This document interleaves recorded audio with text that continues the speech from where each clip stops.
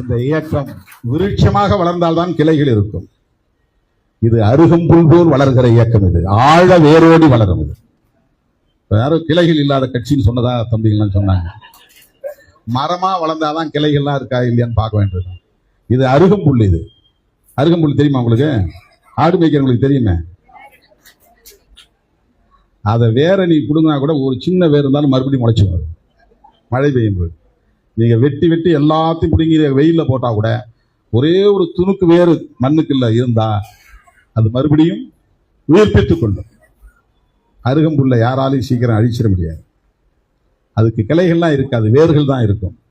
விடுதலை சிறுத்தைகள் வேர்களால் ஆன இயக்கம்.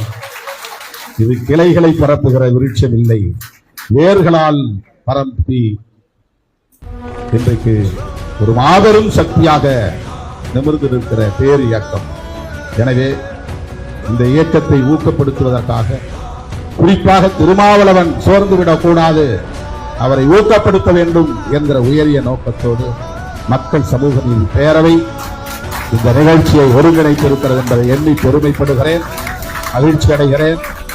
நன்றி செலுத்தி விடைபெறுகிறேன். நன்றி, வணக்கம்.